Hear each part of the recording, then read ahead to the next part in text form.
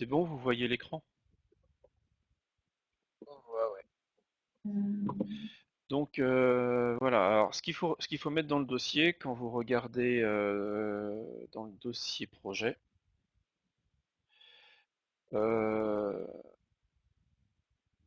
vous avez trois parties, le cahier des charges, bah, ça c'est ce qu'on vient de traiter dans la précédemment là. La partie Mhm. la modélisation et la partie réalisation. Alors on en a parlé de la partie réalisation des pièces, hein, c'est des captures d'écran de comment sont orientées. En fait, il y a pas besoin d'innover là. Vous allez regarder l'exemple de la modélisation, la leçon de modélisation sur le micromoteur.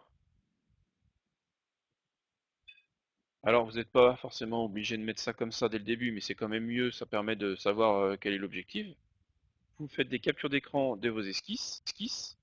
Vous mettez un petit blabla à côté. On a créé une esquisse que l'on voit là.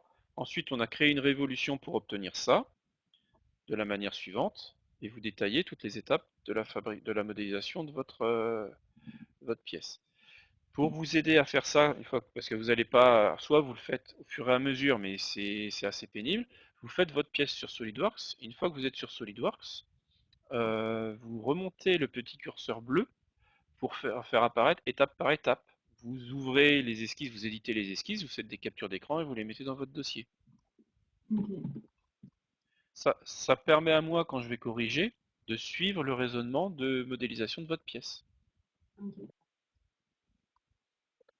Donc l'objectif de cette partie-là, c'est imaginer vous avez un collègue qui veut refaire votre système, il doit pouvoir avoir toutes les informations pour refaire votre système. Donc vous devez mettre toutes les cotes. Donc les codes qui intègrent les exigences du cahier des charges.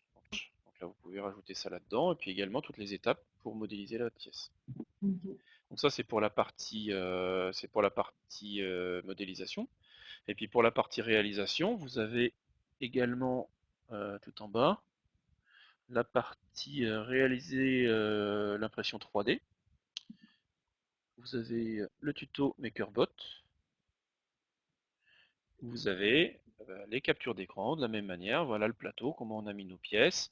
Bon, bah ça c'est pas forcément besoin, vous n'avez pas forcément besoin de le mettre, mais la partie ah bah tiens, j'ai un lien qui est mort.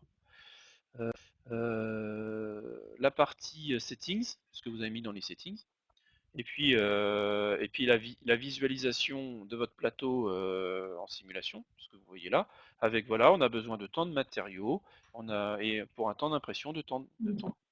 Et c'est tout, et c'est fini. Après, pour les paramètres avancés, je vous dis, je vous impose pas d'aller là-dedans, donc vous faites juste en quick, ça suffira bien. Ok. Donc lisez tout ça, hein, c'est ce que j'avais fait il y a 2 ans, je l'ai modifié encore, je l'ai mis à jour l'année dernière, donc voilà. Alors, j'avais pas vu qu'il y avait des photos qui n'avaient pas suivi. Il faudra que je les remodifie. Après, je crois que j'avais fait une vidéo qui doit être sur YouTube de l'utilisation du logiciel, mais si vous en avez besoin, je pourrais vous la refaire, démonstration de MakerBot, ça va être Ok. très compliqué.